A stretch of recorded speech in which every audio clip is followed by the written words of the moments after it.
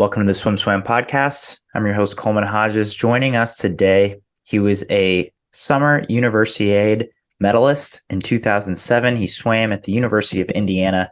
Today, we are sitting down with Ukraine native and now American citizen Sergiy Fesenko. How's it going, Sergiy?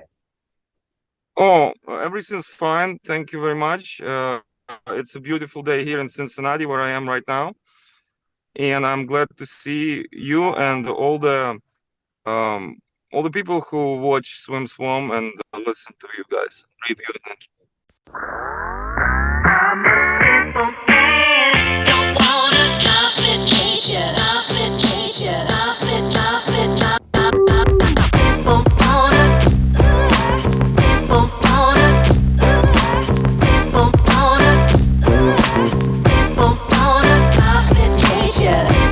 Sergiy, thank you so much for taking the time to sit down and chat with us today. First of all, I just want to get a little background on your swim career. Your father was an Olympic champion, and then you came to the U.S. You trained in Ukraine in your childhood, came to U.S., swam in Indiana. Can you just tell us a little bit about what drew you to the U.S. And your experience swimming at Indiana in the early 2000s? Oh, well, it was always my dream to go to United States and train here and study. And I don't know why, just maybe because United States always on top places of swimming, and not only swimming, but in technologies and other things. So people like me, young people like me, always drawn to United States by some reason, and maybe for this reason as well. So me myself also wanted to come, and I had this great offer from Looze, Indiana University, that I couldn't turn away. So I did. I did come to Bloomington, and it was probably the greatest part of my life when I was an athlete and when I was swimming for Indiana. It was a great team, and still have a lot of friends that I'm communicating with, and it was a part of life that kind of made predetermined my stay here in the United States, I'd say. Yeah, that's really great to hear. And not only that you swam for Ray Luz, but that it was such a pivotal and enjoyable part of your life. What specifically made it what it was, made it so great for you? I really like the team atmosphere of this whole endeavor. So like basically you get supported by your teammates, you swim with your teammates, you go like eat and study with your teammates, and it's always like you never feel alone. Whereas to like in other countries, like when I swam in Ukrainian swim team, it's more like an individual sport, but here you can feel like it's more like a team sport. So that's what I really like, and of course the college life, to experience that from somebody abroad was a fantastic and great experience, that probably unmatched experience for if you would go to university and swim somewhere else in other parts of the world, you will never have that same great experience as you have in swimming in the United States, I'd say. Yeah, I am a little curious. You got there in 2006, I think. Four. What was You got there in 2004? I'm sorry. Yeah. And you swam through 2008.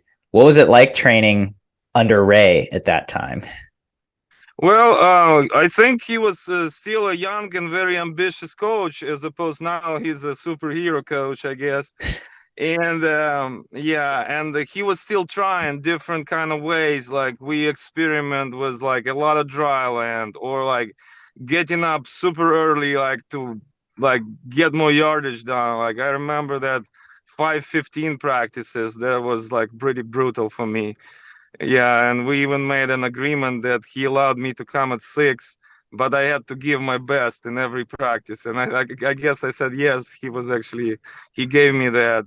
It was very tough practices, and it was hard to study and work like he wanted us to work at the same time. I remember some people just couldn't do it, and even lost a couple of the members of a team during this whole year. But most of people stayed, and it wasn't easy. They even invited a Marine guy, like guy from who like served in Marines to do our dry land, kind of like they do there in the army, during the boot camp. That was brutal too. I remember how my abs hurt for like a week straight after that. I don't know. It wasn't easy, but it was fun at the same time. Yeah. I mean, that makes sense. I feel like that's a lot of people's college experience in Yeah. swimming, at least. You know, that it's a grind. You have to work hard, but it's an overall fun, enjoyable experience. I'm also curious. Again, your father was an Olympic champion in the 1980 games. He won gold in the 200 butterfly in Moscow and silver in the 400 IM. He's also a world championship medalist, European champion. How did having Sergiy Fesenko Sr. as a father impact your drive for swimming and your swimming career? It was a big responsibility, and of course, it was a big impact and a drive for me.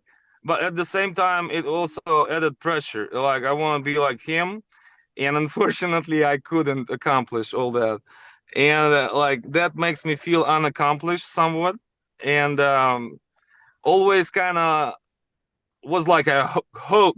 Like his posture was like a ghost like during my whole swim career. Like he followed me with all his like medals and all his titles, and I was like, I really wanted to be like that. But I mean, I did what I did, and I'm happy with what I did. But at the same time, as I said, I wish, well, I wouldn't wish nothing else than I had. But it might have been different if I was just like if my father was just a simple swimmer that had no Olympic experience or anything like that. But I mean, it is what it is, and what happened. I'm happy for everything that happened to me. I don't know what else I can say about it, unless you specify any other question. I can figure out what to say. Did your father encourage you to swim? Oh yeah, oh yeah. He was always in the swim meets.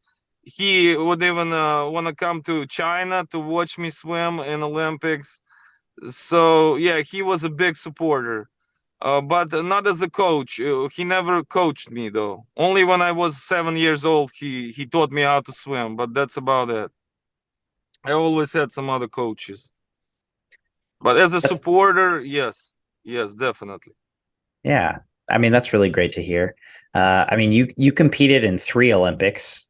I'm reading 2000, 2004, and 2008.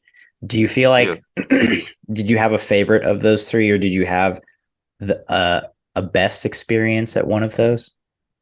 yeah. The best one was in 2004 in Australia. First, because it was first one, and second, the way everything was set up, very athlete friendly, like very unusual. Everything was just like, I don't know, top notch, like food in the restaurants, like Olympic Village, the buses, and like everything the way they organized, I guess. And then second one was probably China, and then Athens. If you put them in line of the like a best, better, no, good, better, best, no, best, better, good, yeah, yeah, like that, Right. yeah. Yeah, yeah. Nice. um, so on the topic of Olympic Games, obviously there's a war happening in Ukraine right now involving Russia. That has trickled into the sporting world, and there's a lot of discussion and argument about whether Russian and Belarusian athletes should be able to participate in the upcoming 2024 Paris Olympics. So I'd like to turn the conversation to that topic. And first of all, just you who are from Ukraine, how have you been impacted by this war, and if so, how? Okay, so this is very terrible war.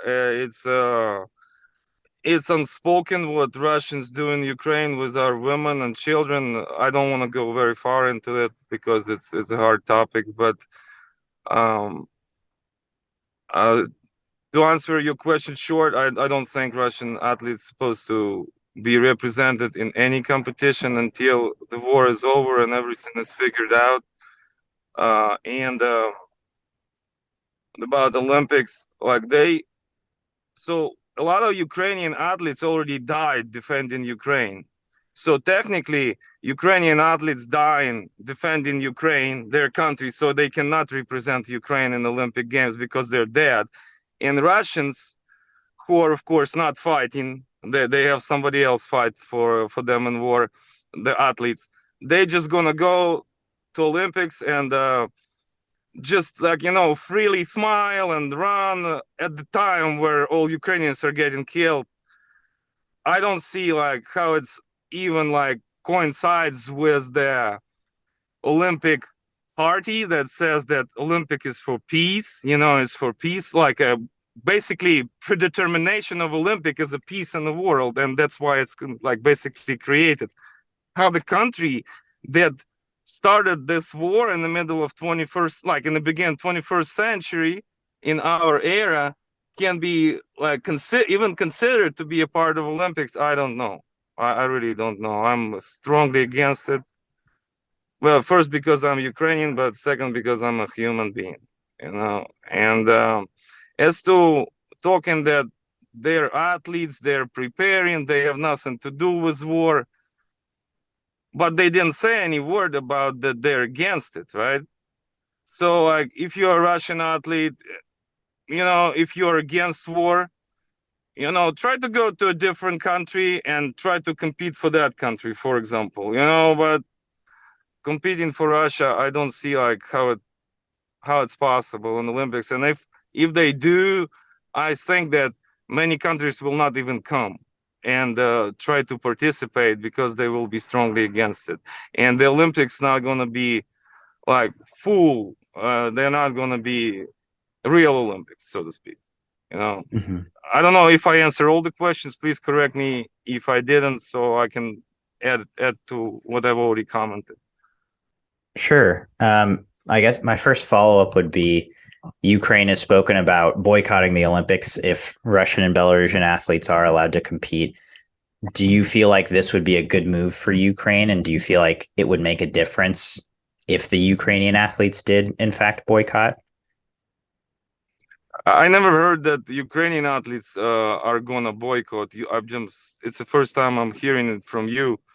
So I had no time to kind of think about it, but I think it will be a good message to International Olympic Committee and to other people who make decisions about whether Olympics should be and how they supposed to be conducted. But I think it would be the right move to do if this will happen. We still don't know what's going to happen. We still don't know how it's all going to be. But I feel like, yeah, if International Olympic Committee would allow that, then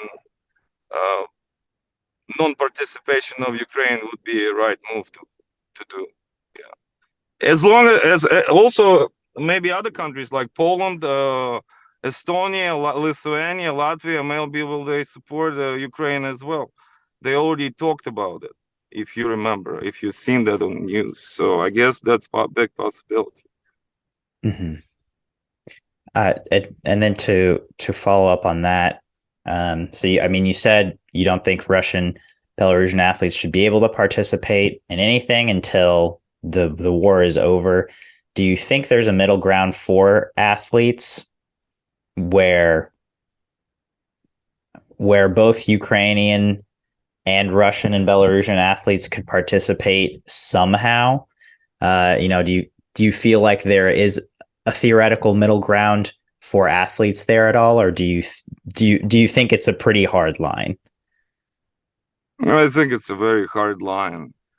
As I said, one Ukrainian athlete whose parents or loved ones, other people he got killed, and now he speaks trying to find common ground with this Russian kid.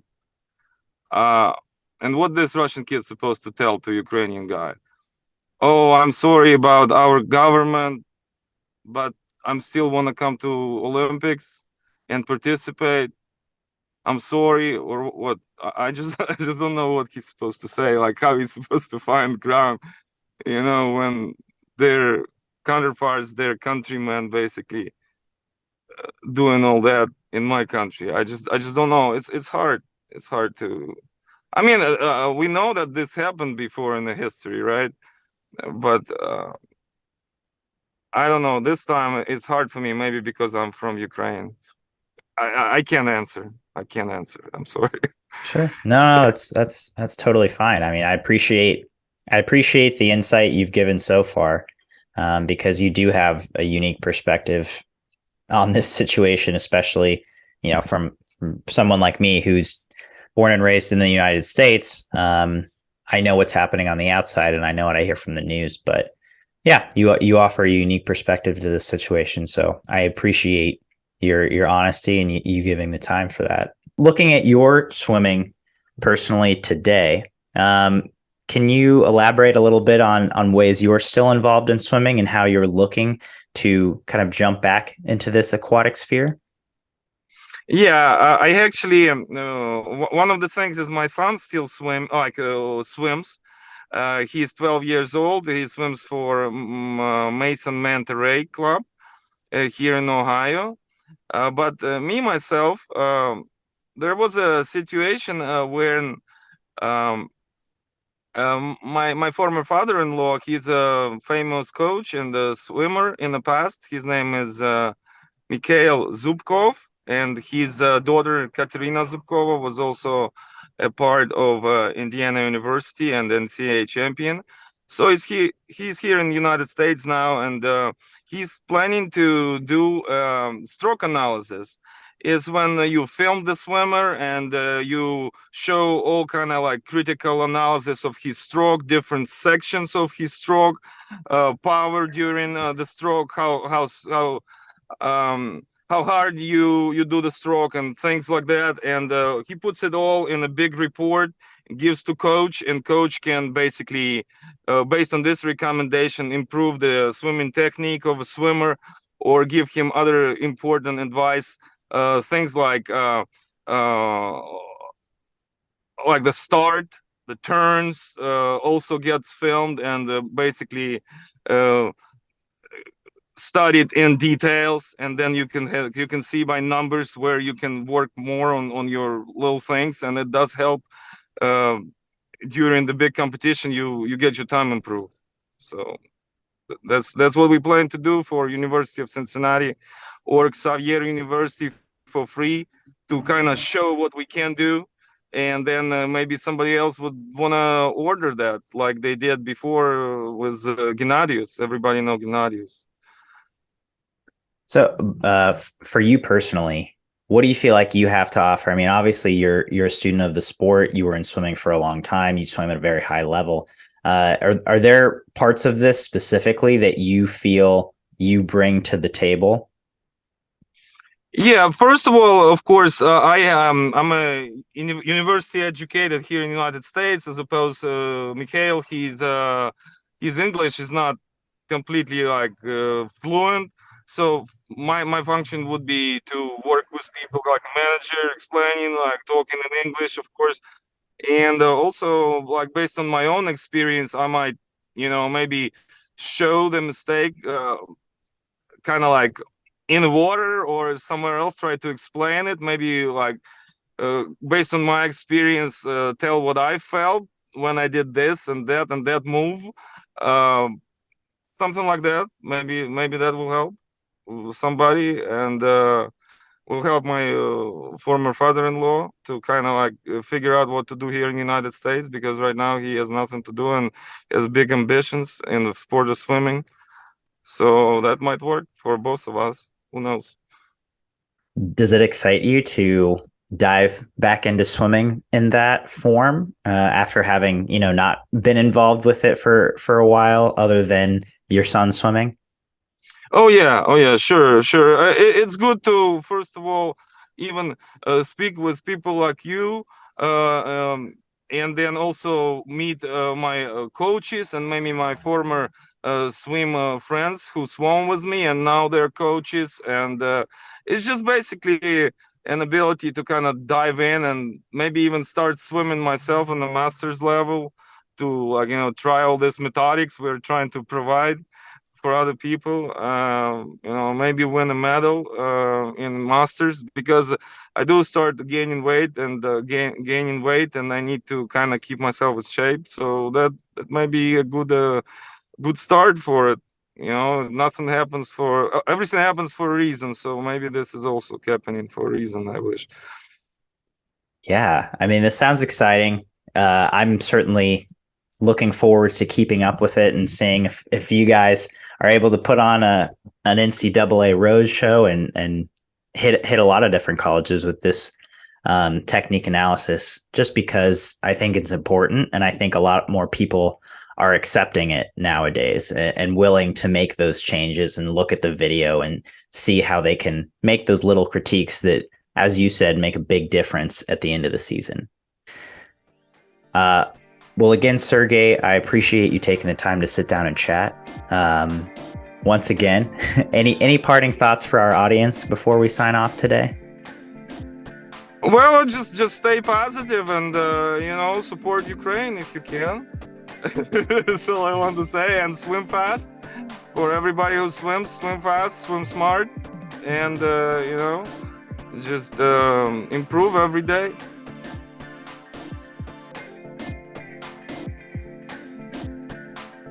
You've been listening to the SwimSwam podcast. Stay tuned for new episodes every week.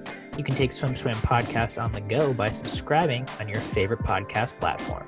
Look for links in the description below, and be sure to subscribe to our YouTube channel for more videos as well.